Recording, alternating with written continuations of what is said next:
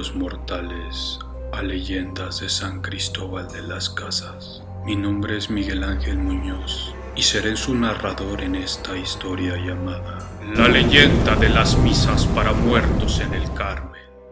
A lo largo de la historia, nuestra ciudad ha estado rodeada de mitos y leyendas que se desarrollaron desde el siglo XVI, como los ruidos que se escuchaban en la prolongación de la calle Sol, motivo por el cual esta calle se llamó popularmente la calle de los Lamentos y hoy la conocemos como Real de Guadalupe.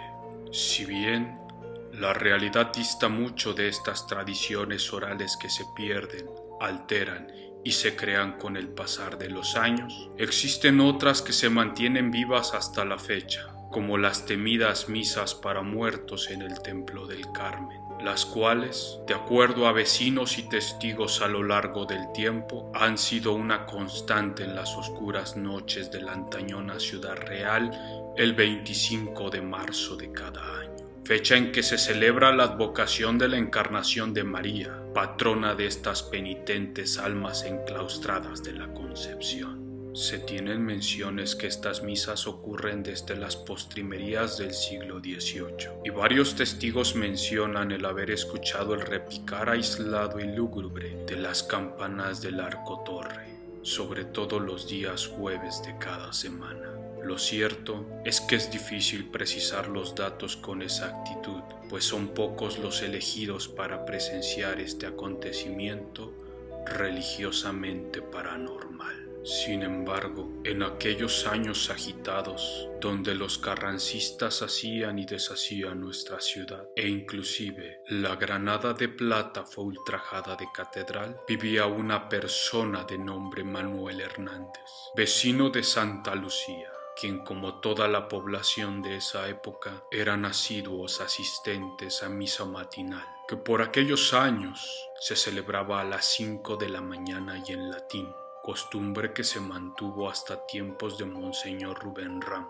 cuando la Iglesia, con el decreto sobre la liturgia del Concilio Vaticano II del hoy beato Pablo VI, el 7 de marzo de 1965, solicitó se celebraran las homilías en el idioma oficial de cada región. Nuestro desafortunado penitente de esta historia tuvo la desdicha de escuchar el tañer de las campanas el 25 de marzo de aquellos años, por lo que se despertó y se alistó con prontitud, pensando que era su misa de asistencia habitual. Al llegar al templo de San Sebastián, hoy conocido como el Carmen, lo encontró abierto y con esa iluminación exigua de velas casi marchitas sobre los solemnes candelabros de bronce que pendían del techo, los cuales permitían la mezquina visualización del pueblo reunido solemnemente y del sacerdote oficiando la misa, dando la espalda a los feligreses como de costumbre y en latín.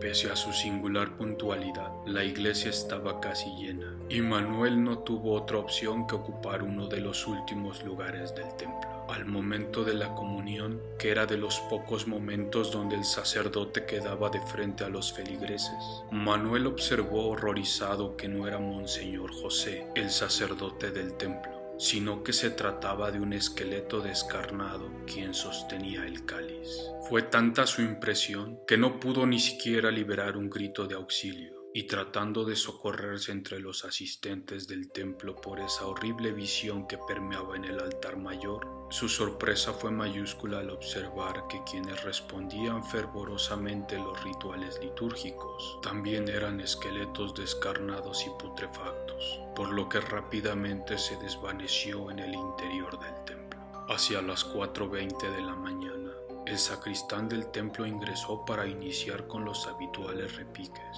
Sin embargo, su asombro fue la presencia del cuerpo de Manuel tendido sobre el pasillo principal, por lo que apresurado corrió en su ayuda, cuestionándose cómo aquel hombre había entrado al templo sin tener llave. Inclusive, rápidamente, se le notificó a Monseñor José para que diera fe de la presencia de este desafortunado feligrés, y en cuanto reaccionara, se le preguntara qué estaba haciendo ahí en esa madrugada. Desafortunadamente, la reacción de Manuel no fue la esperada después de este suceso. Al volver en sí de su desmayo, cayó enfermo y su hablar se hizo monosílabo. Postrado en cama y sintiendo que sus suspiros estaban contados, decidió escribir en un papel marchito su vivencia, la cual